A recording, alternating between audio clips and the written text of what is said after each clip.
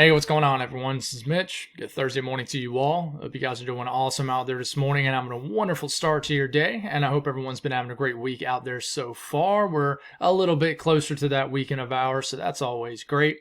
But we do have a good bit to discuss in this morning's video. I don't think today's severe weather chances are going to be too high end compared to maybe the last few days. And we've been lucky a few days this week so far. We had the moderate risk earlier this week that did not really materialize anything too bad. I didn't hear about any crazy tornadoes yesterday when we had the risk of significant tornadoes across areas of Texas and surrounding states. But I will say that today we have a pretty large area that does have a risk of strong and severe storms. So we're going to break down current conditions very quickly, speak on the latest from the Storm Prediction Center as far as their outlook, and then we'll break it down state by state. So if you just want to hear about Kentucky or Tennessee, there'll be a timestamp up for that, etc. Just jump ahead if you're a new viewer and you're seeing the time of this video and it's like 35-40 minutes. I ain't got time for all of that. Trust me, there'll be a timestamp up so you can just jump ahead to your specific state if that's what you want to do. After we get done doing that, I have not had a lot of time to discuss any kind of outlooks on what I think is coming up in the mid to long range. So I will spend a little bit of time on that. Not going to get super detailed, but I will speak on my thoughts on what's to come, kind of getting through the weekend into next week, as I do think the pattern is a little bit complex, and I'll speak on what I mean when we get there. And then we'll talk about the rest of the country, and then I'll have a Bible devotion at the very end of the video if you're interested in that. So if you guys have not subscribed, certainly consider doing that. Like the video if you like it. If anybody has anything that I can pray about or pray over, please put it in the comments below. Not only can I pray over your prayer requests, but hundreds, maybe thousands of others will pray over it also. So let's get rocking and rolling this morning. So this is current conditions. We have a big slug of rain moving across areas in the Midwest and the Great Lakes region. I mean, it is a washout, like in northern Illinois, areas of eastern Iowa, the southern half of the southern half of Wisconsin, lower Michigan. We got some rain back here in the Dakotas. We got a line of storms moving across the western deep south, Mississippi, Louisiana, and we do have some energy coming down the Rockies, eastern side of the Rockies right now this morning also, that could get going a little bit more in the way of some strong, I wouldn't call it widespread strong to severe storms, but we could have widespread storms up here in the northern plains and the north central U.S. by this afternoon. So this is current conditions. There's a lot of embedded pieces of flow out there. So, you got this slug of rain moving this way, and you got this slug of rain moving that way. You got this moving this way. So there's a lot of little just different flows out there in the atmosphere. As far as the severe weather outlook, this is what we have as of this morning. Another update will come out here in the next couple hours. They might attach this slight risk. They might change some things up, but this is what we know as of right now. Level 2 out of 5 risk of severe weather going from the panhandle of Texas through the southern half of Oklahoma, northern areas of Texas, all the way through southern Arkansas, the northern half of Louisiana, into the heart of Mississippi. Then it detaches, and we get a secondary slight risk up here for areas of the Ohio Valley and surrounding regions, mainly west of the Appalachian Mountains here. And this goes from northern Tennessee all the way through central and eastern Kentucky, western West Virginia, a section of southeast Indiana, through most of Ohio, all the way into western PA and extreme western areas of New York. Then you got the marginal level 1 out of 5 risk in the dark green surrounding that. And then I do just want to note that a large area of the country has at least a risk of thunderstorms in the light green. That's a general risk. But to zoom back into this, the tornado threat today, just a 2% risk. I could see a tornado threat, coming up down here also in later outlooks. I wouldn't be surprised, but there is a 2% risk of a tornado in this green area in Ohio, PA, West Virginia, Kentucky, down into northern Tennessee. And then the damaging wind threat is pretty much driving the slight risk. So, if you do live in that yellow area, 15% risk of winds exceeding 55, 60, 65 miles per hour within 25 miles in a given location. And the hail threats pretty much right across the slight risk area also. The hail damaging wind threat is what's driving the slight risk. So if you live in that yellow area, that is a 15% risk of hail exceeding 1 inch in diameter or larger. There is a risk of flooding today, not comparable to the last couple days, but if you live in these yellow areas, that's a 15% risk of rainfall exceeding flash flood guidance for your particular area, and then just a 5%, at least a 5% across the green area. So let's break it down state by state. Let's start off in Oklahoma, and we will cover portions of northern Texas and the panhandle of Texas in this also. But starting off this morning, it's a pretty quiet start for once. This is far cry from what we've seen the last several mornings across this area. When we take it to about early this afternoon, it's 2 p.m. I mean, nothing really going on. And then for a minute there, I thought something was wrong with the site because nothing was popping up. I was like, is anything going to pop up here? But here it comes. Panhandle of Oklahoma, could get some storms. 6, 7, 8 p.m. Storms starting to move through the northern counties of the panhandle of Texas. They could begin to intensify, as you can tell, as you start to see the red and the pink showing up here. So could get a line of storms. It's 10 o'clock tonight, too. Cruising through the northeast section of the panhandle of Texas. And then these could impact like Woodard up here in northwest Oklahoma. And then this line of storms just sort of surges through the northern counties of Oklahoma. And then, like, literally, it spawns out of nowhere right around midnight. We just get widespread strong to severe storms that pop up late tonight along the Red River once again. And, I think there was a storm chaser that got a video of what the Red River looks like, and it is very high right now from what I saw. You guys along the river, let me know what you're seeing. But anyways, strong to severe storms. I mean, Childress, Lawton, Wichita Falls, down the Red River, north and south of it. And this will continue into the wee hours of the morning. This is 3 o'clock, 4 o'clock in the morning. And these storms will pack one heck of a punch, especially in southern Oklahoma. Damaging wind threat, large hail threats, the biggest threat with this. But, it really gets pretty wild fast. And, you just saw me go through the morning, the afternoon, the evening. And it really doesn't get going in this area down here until after midnight. But you got to remember, the day one outlook, which is for today into tonight, extends from right now all the way to tomorrow morning. So tonight is also covered in today's outlook, if that makes sense. So really, you might not get a whole lot today. You'll get a break during the daytime hours, but storms will rapidly get going in this region down here. And this is 7 a.m. tomorrow. And once again, we're going to wake up to an active morning. So enjoy your nice little break you're getting this morning in this area. But down here, deep in Texas, let's see if we can get this going again. Deep down in Texas, this is 9 a.m. today. This morning, we're getting into about midday. 1 p.m., 2 p.m., 3 p.m., not a whole lot going on. And then in northern Mexico, we could get some big supercells that get going here. I often wonder how much weather happens in northern Mexico that just nobody knows about. I mean, because we get some pretty gnarly supercells in northern Mexico at certain times of the year. But, you don't hear much about it.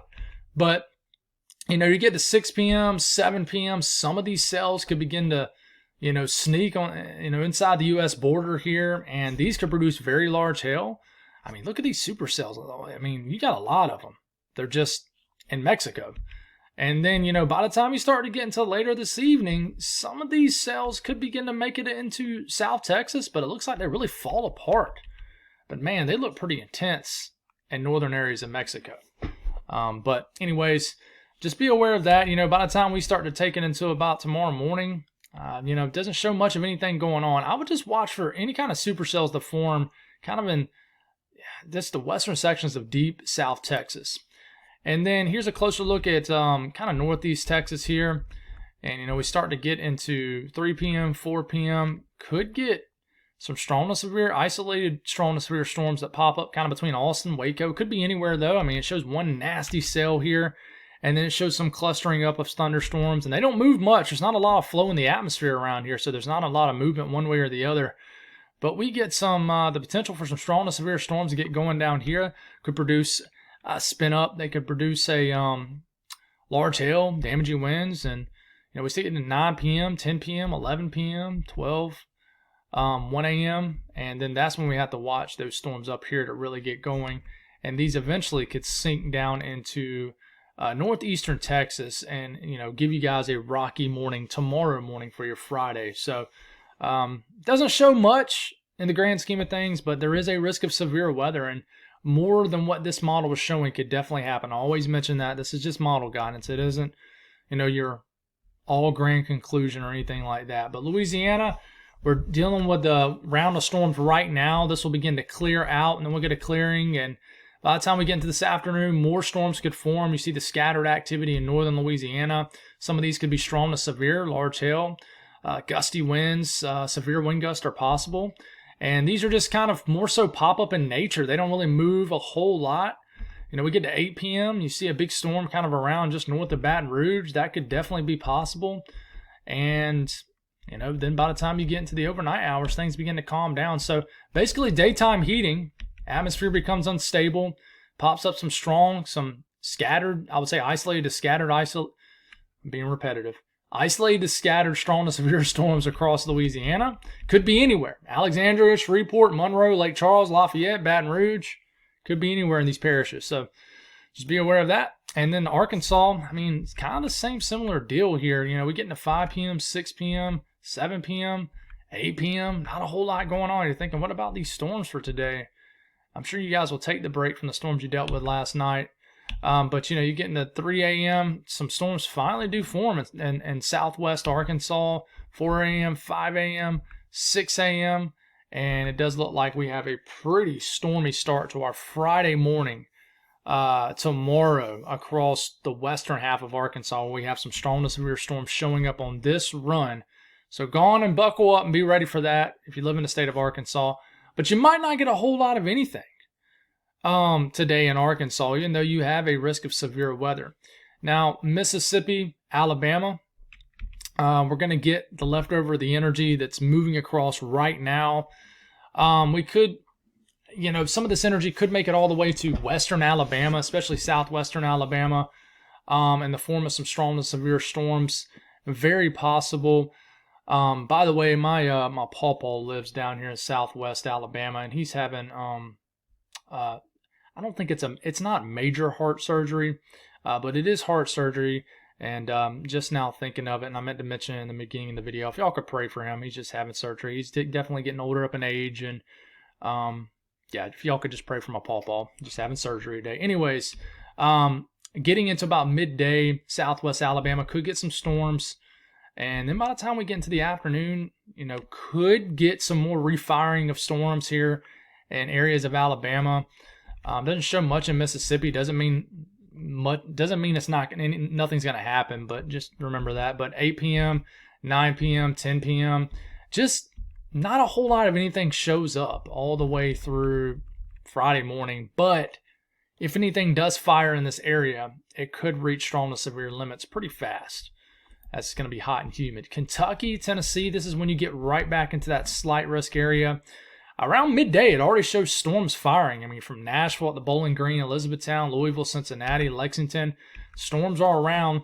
Could have some storms over here in the Tri-Cities region, Johnson City, you know, even down to Knoxville, even though this run doesn't show it. 3 p.m., 4 p.m., storms are moving across Middle Tennessee, Central Kentucky.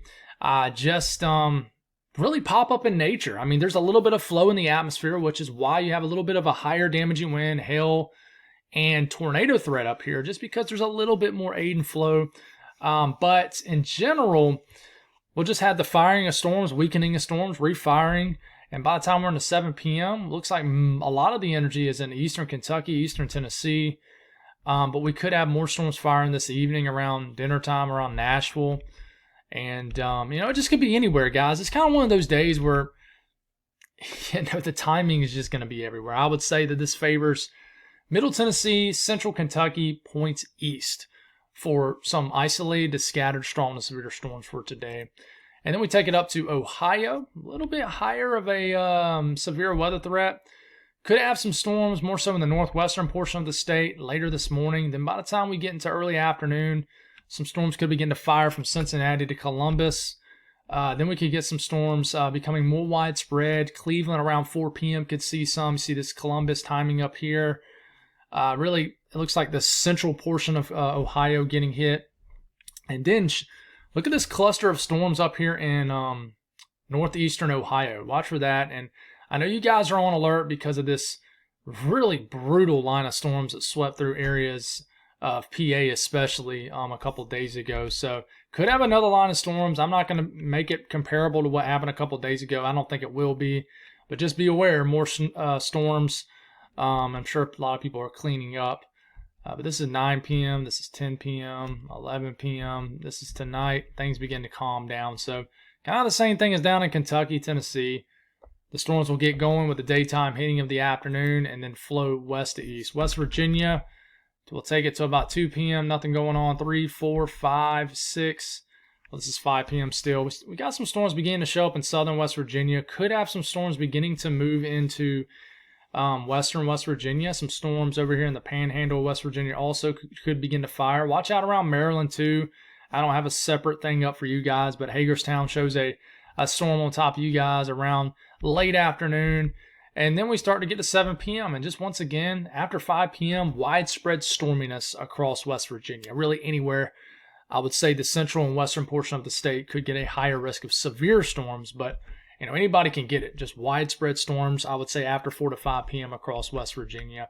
Anybody. So round it off with New York and PA. But PA here, we take it to about midday. We take it to early afternoon, to 3 p.m., 4 p.m. Some storms are possible up near Erie. We take it to 5 p.m., 6 p.m. Scattered pop-up storms are possible really anywhere in PA, especially central to western PA. But a more organized complex of storms could begin to move into the northwestern and western areas of the state around dinner time. And these storms could be strong to severe. And then we got more scattered activity in the southern areas of PA around 7, 8, 9 p.m. tonight. And just honestly, it could be a pretty rocky evening. I mean, this is 10 p.m. and we have strong storms out there, some of which could be severe, gusty, severe wind gust and some damaging winds.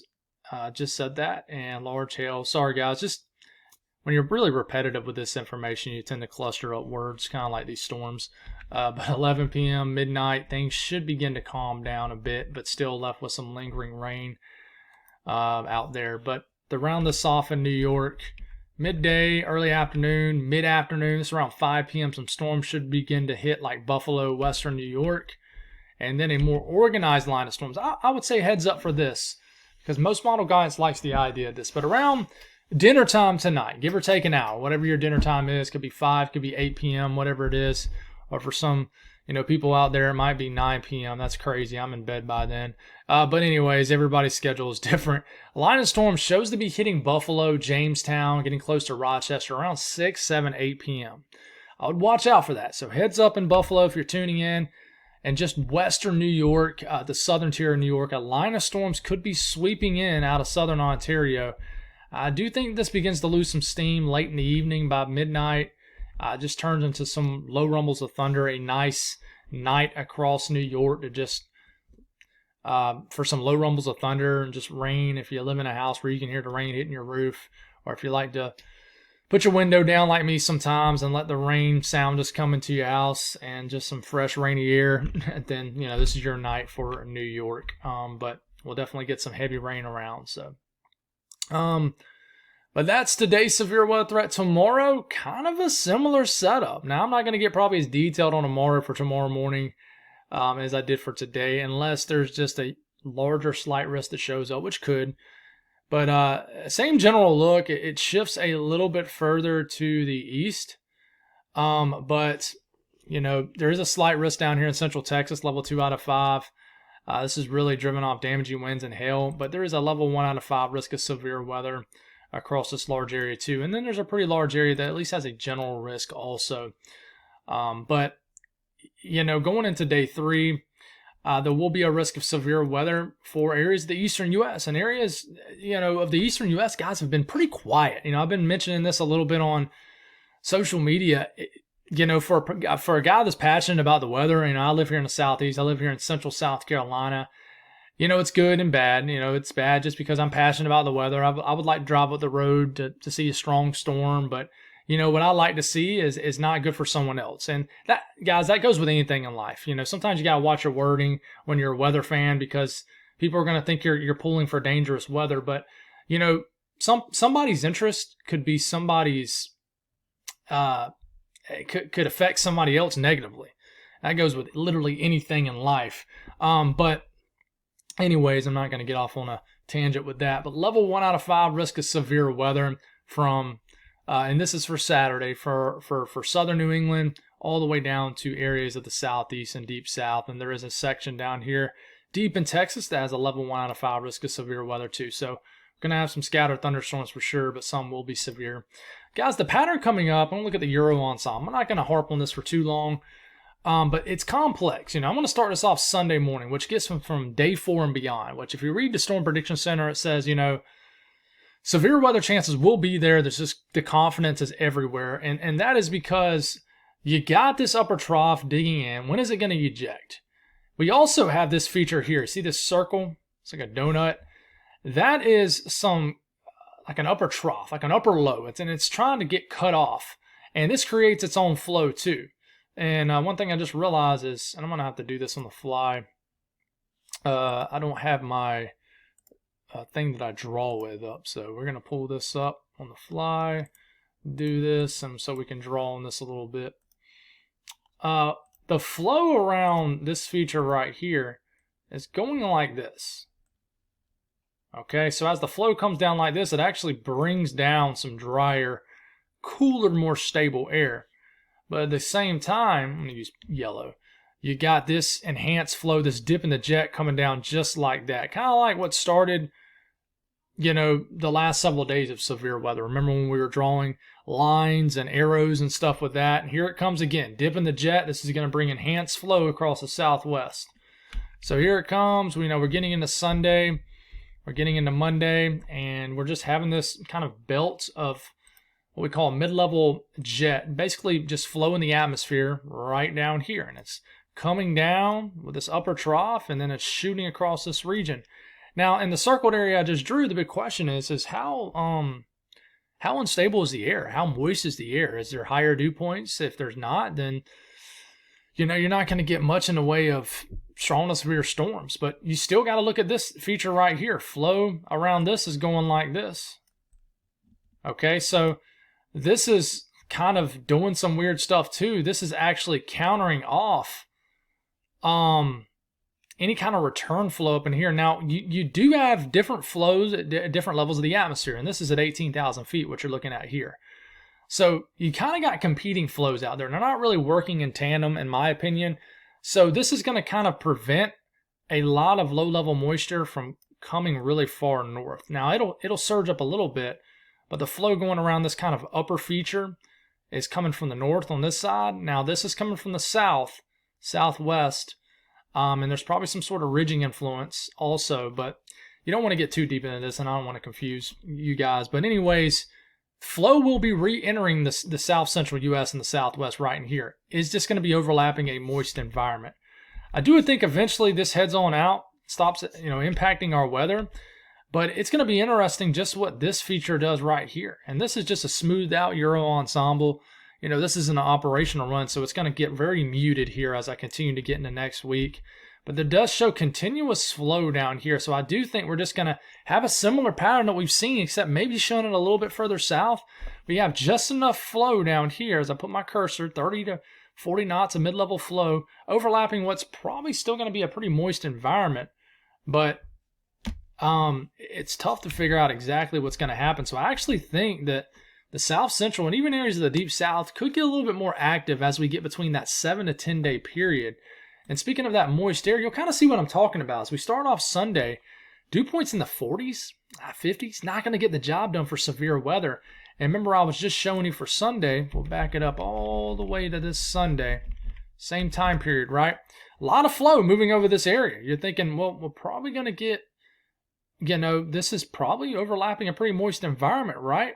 But remember, the flow around this is coming like this, kind of bringing in some dry air to the north. So this is what you get for the same time frame. A lot of dry air in this area. This is pushing back all the Gulf moist air. So this kind of prevents a pretty moist environment meeting that kinematic wind energy in the middle, creating overlapping conditions for severe weather. So there is some questions here. Now, this continues, a very suppressed moist field of air into the Gulf, but eventually, as this upper feature begins to move off to the northeast, which you saw just a second ago, the return flow is able to, return in this area. So we start to get deeper moisture into the south central U.S. as we get into midway next week. Time frame up here is skinning the morning of the 7th of May.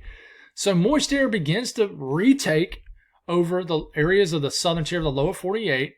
It doesn't get pulled too far north, but in general, moist air does return. And with that flow kind of entering the southern tier of the country, I think we could at least have, as we get in several days into May, maybe the first 10 days of May, I think we're just going to get kind of multiple complexes, multiple rounds of severe weather, just marginal to probably slight risk days. Some of them could be more enhanced, quite literally. But I just think we're going to have a general flow kind of going across this region, overlapping a pretty moist environment, could get all the way into the southeast. And I just think we really need to watch in general, I would say this area, kind of the first 10 days of May. And really, I would say, and even into this area. And really, I would say after this weekend and then the next several days after that. So, and this is, another way to look at this is this right here. So the blue blobs you're seeing on your screen, that's lower pressure. And then the warmer colors, whatever color you want to call that, salmon, pink, orange, that's higher pressure. So lower pressure causes unsettled weather, and the steering around all these features are different. We talk about this a lot in hurricane season. I love talking the tropics. But, after you get, let's back it up a little bit. This is that feature I was talking about how the flow is wrapping around like this. So it's going around this lower pressure like that, and the flow around this is like this. Okay? So, they're kind of working against each other a bit right into here. You see how this is kind of going like that? This is going down, going like that. And it's the same thing. This is the western side of this lower pressure. And then this is the western side of this lower pressure, western side of this lower pressure. So, no wonder why they're working against each other, because the flow on both of these sides are like this, and it's like this, and then it's like that. So this is working against each other. So flow's coming up through here, but the flow coming down here is pushing down that moist air. So once you get this feature out the way, heads on out, kind of weakens, gets kind of just merged in with the ridge. You can see how it just say, all right, man, see y'all guys later, right? We get into next week, and then this feature right here begins to move in. And it's there, it's kind of suppressed, weakened, but you see the blob of white, that's still lower pressure. And then that little area kind of shows up. And this is just one run of the Euro. But in general, there's lower pressure into here, kind of bogged down because of this strong ridging up in Canada and the northern lower 48. And I really think that we have to watch for some severe weather chances depending on how far north and south this area in blue is. Flow's going to be moving in like this, but flow around this is going to be countering it off. So it's very complex. It really is, just competing flows. And if you look at the run past this, these were a little bit more connected. The run past that, huge trough in the northeast, still the blue blob down here. So, it's really everywhere. And the GFS disagrees with the Euro. Euro disagrees with the GFS. But I know this doesn't make a whole lot of sense, probably to a lot of people. And I get it. This has taken years of me talking about this. But these little features, it's going to be wild to watch over the first, really the first half of May. I mean, we're all the way out in May 11th at this point. So, as far as today's weather, watches and warnings, nothing going on. Really nothing to speak on. Some flood watches continue, some dense fog. But it's quiet. Today's weather across the southeast, we've spoken on a lot of areas, so I'm not going to be repetitive here, but watch out for these storms here. I got detailed on that in the beginning of the video. But the rest of the the southeast, we could eventually get some showers late tonight into northern half of Georgia, western Carolinas, Virginia. So we could be, wake up to a little bit of shower activity across the Carolinas tomorrow. But outside of that, I think our big stormy day probably comes this weekend and a Saturday across the southeast. Northeast, we got the rain surging across southern New England. We've already talked about this complex of storms right here. But the rest of the northeast, as we're starting to get into late tonight, all the way into tomorrow morning, we're just going to have rain crossing over the entire New England area. You might pick up 1/10 to 1/4 of an inch of rain depending on where you live. But waking up to a rainy start for areas of Vermont, New Hampshire, and a good chunk of Maine for tomorrow morning.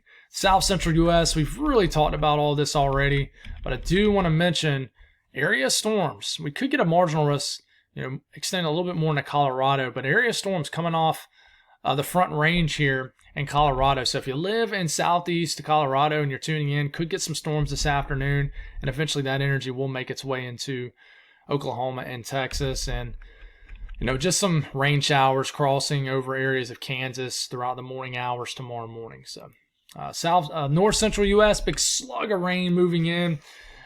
So if you like a rainy day like me occasionally, northern lower Michigan, areas of the UP of Michigan, it'll be your day. Low pressure moving ahead. You guys are definitely on the stable side of this, but could get some widespread showers and storms across Illinois, Indiana, even into areas of the lower Michigan area. Listen, right now you guys only have a general risk of thunderstorms up here in the areas of Michigan and stuff. But I wouldn't be surprised if they tug this threat of severe weather a little bit further to the northwest. But we'll see what happens. With low pressure overhead, just enough moisture to feed these storms, I wouldn't be surprised you get a strong to severe thunderstorm in Illinois and Indiana today, even in the lower Michigan. Could be just enough of kinetic energy to produce a quick spin up also. Back in rain, fires over areas of Minnesota, Iowa, some storms developing across the Dakotas. These could produce some hail with some cold air aloft, and then it pivots on through, and we wake up tomorrow morning to even more rain in Wisconsin, UP and Michigan, and even areas of the Central Plains. Man, I'm hungry. Can't wait to eat my eggs. But tomorrow morning, this morning, it's quiet across the Rockies. That energy will move across areas of Montana, southeast Montana, eastern Wyoming, and which will eventually move into the Dakotas. So be aware of just some thunderstorms in this area. There is a risk of thunderstorms in these regions, and could get some pop-up showers down here in Southern California. But outside of that, nothing major. There really hasn't been anything significant or major out here in the western U.S. in quite some time, which it can be very feast and famine out here. But man, it's been quiet for a while out west. But temperatures warm all the way up into the southern tier of New York. 70s, even some low 80s. Mid-Atlantic could be a hot spot, upper 80s. Carolinas, Georgia, Florida, someone could get hit 90 degrees a day. Deep south, a little bit cooler, 70s and 80s. And very nice spring day across the mid-Mississippi Valley into the Ohio Valley. And it'll be warm across Texas, especially southern Texas. Up the plains, a little bit cooler. A pocket of cooler air across the northern plains. So I do think a little bit of hail is possible with some of these storms that do form. And then it'll be a hot one in the extreme western U.S. Western states, California Valley, Sacramento Valley, guys, 90s is possible. So it's starting to warm on up. So let's go on and flip it to this. Let's pause this and let's do a little devotion. So this morning we're in James. I've been really liking James lately a whole lot.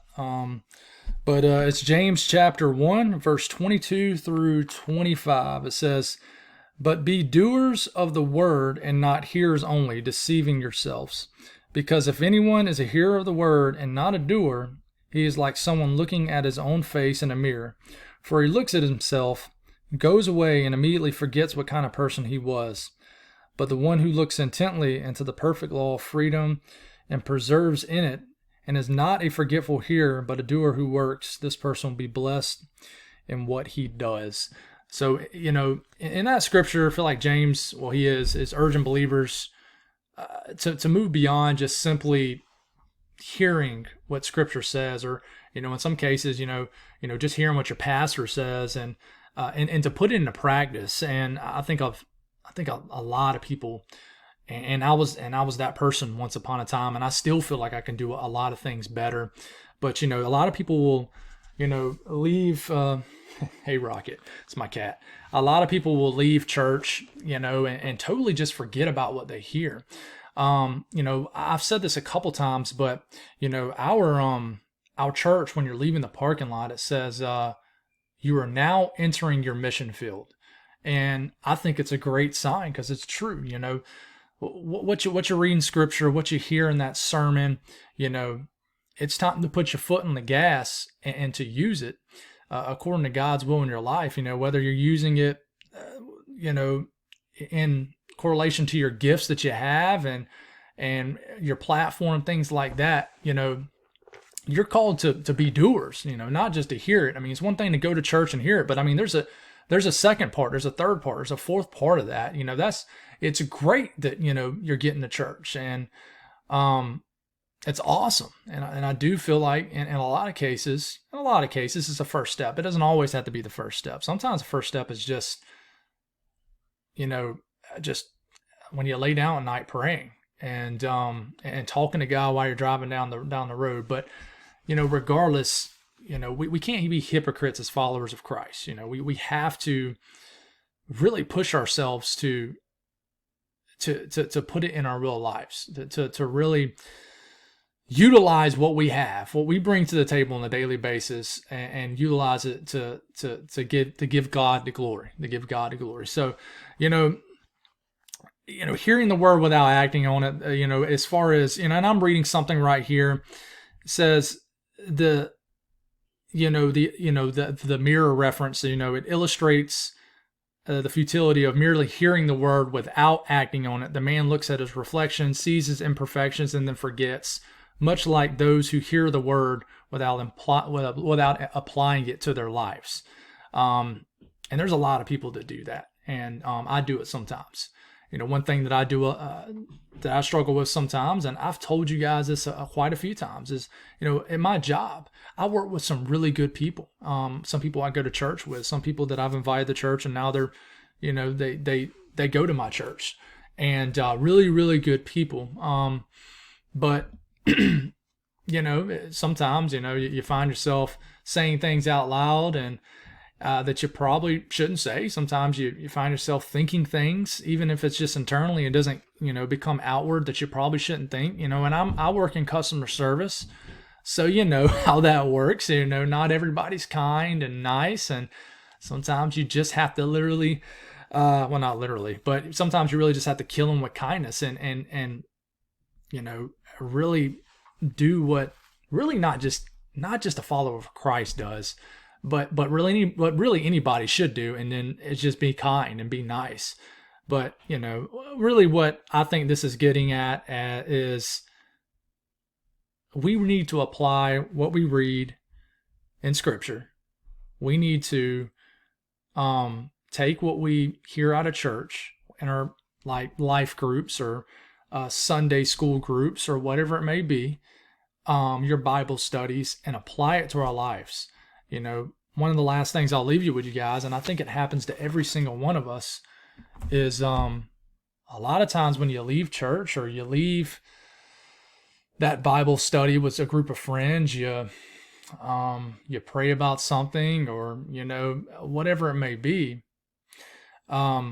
you 30 minutes to an hour, away from that, you suddenly lose the steam, and you go back to cussing like a sailor, thinking things you shouldn't think, doing things you shouldn't do. It's like the spiritual motivation kind of just immediately. Sometimes it's not immediately, but sometimes it takes a couple days, sometimes it takes a couple weeks, but that spiritual motivation that you got from maybe a sermon at church or something like that sort of just loses its fire. But we really need to push ourselves to be the best followers of Christ that we can be. We're not perfect, but we can, in a way, strive to be not as perfect as we can, but we can strive to be the most Christ-like as possible. We're never going to get to the level of God. We know that, but we can strive to be the best that we can every single day. So, sorry about the ramble.